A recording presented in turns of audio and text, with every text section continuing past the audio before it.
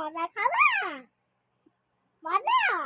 ওই হাঁসের ডিম চকলেট আছে না আমি মানে কালকে এনে দিবানি দুই দে প্যাকেট